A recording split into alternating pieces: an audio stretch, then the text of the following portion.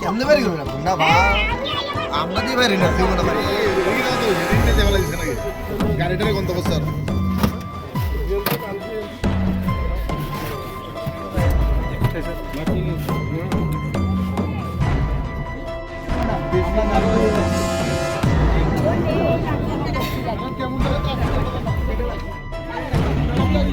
Madam আছে নাকি সব পাইছি হ্যাঁ মাল দিবা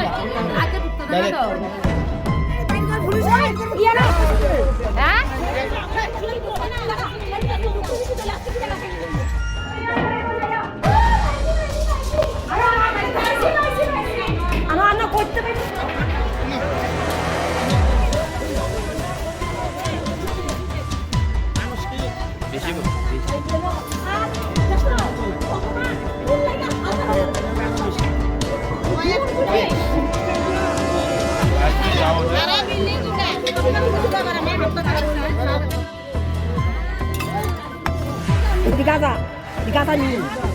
Bubo na bubo. Gaza, di Gaza.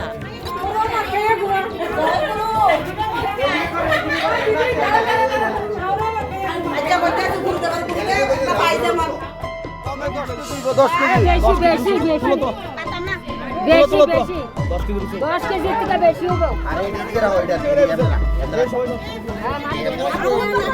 আরে বহুত করে নাটক আরে কিটা কয় রোসা কামনে যে প্রধান আমি তো চিনি না আমি কামনে আমার চিনন লাগতো না তারপরে তোমার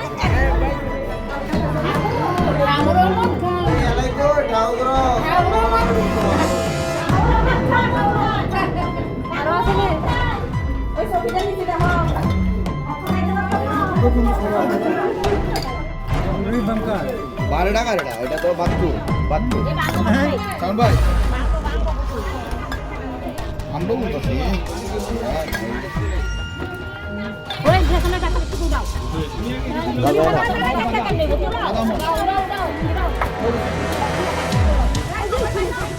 আমাদের কন্টিনিউয়াস চলছে এবং আগামী দিনেও যদি আমাদের কাছে ইনফরমেশন থাকে তো আমরা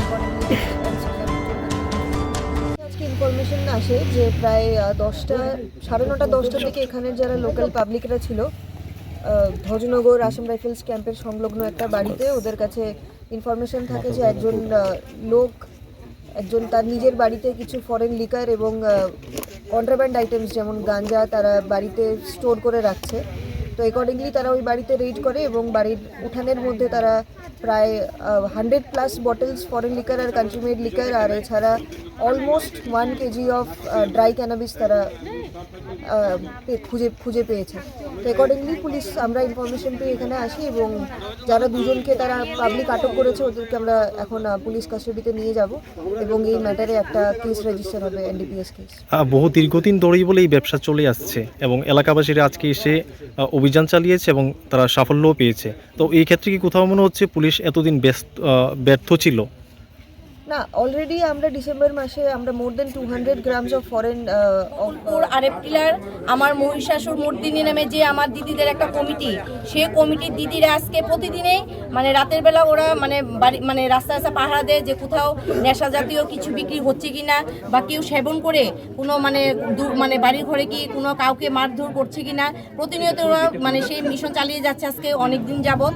কিন্তু আজকে ওরা বাচ্চু সরকারের নামে একজন বাচ্চু সূত্রধর নামে একজন মানে ব্যক্তির বাড়িতে ওরা দোকানে এসে হামলা করায়। ওই দিনও ওরা এসেছিল গোপন সংবাদের ভিত্তিতে ওরা এসেছিল। ওরা এসে ওই দিনও এসছে, আসার পরে ওদের কাছে কোনো মানে প্রমাণ ছিল না বলে ওরা মানে ওদেরকে ধরতে পারেনি। কিন্তু আজকে সমস্ত দিদিরা এবং আমার যে যুব সমাজে কিছু আমার যুবক ভাইয়েরা ওরা এসে ওদের বাড়িতে এসে প্রচুর পরিমাণে গাঁজা এবং অনেক মানে এই যে এখানে মানে মদের বোতল অনেকগুলো পেয়েছে, পাশাপাশি বাংলা মদের প্যাকেটগুলো অনেক পেয়েছে, অনেকগুলো, যেগুলো আমাদের সমাজটাকে মানে ধ্বংসের পথে নিয়ে যাওয়ার জন্য মানে যথেষ্ট। এই যে এখানে গাঁজাও আছে অনেকগুলো, গাঁজা মদ থেকে শুরু করে কোনো কিছু আর বাদ নেই। বাড়ির মধ্যে গর্ত করে, জায়গায় জায়গায় গর্ত করে এবং ছাদের উপরে মানে প্রচুর পরিমাণে ওরা মদ এখানে মজুত রেখেছে। কত বছর ধরে ব্যবসা করে আসছিল উনি? প্রায় 18-19 বছর যাবতই এখানে মদ বিক্রি করছে, এবং আজকে শুধু মানে বিক্রি করছে শুধু ধরেনি, পাশাপাশি যারা এখানে খাচ্ছে এসে ওদেরকেও ধরেছে। এখনই পুলিশ আইছে? হ্যাঁ, পুলিশের খবর দেওয়া প্রশাসনের, মানে আমরা পুলিশকে মানে ফোন করার সঙ্গে সঙ্গে ওরা চলে এসেছে এখানে।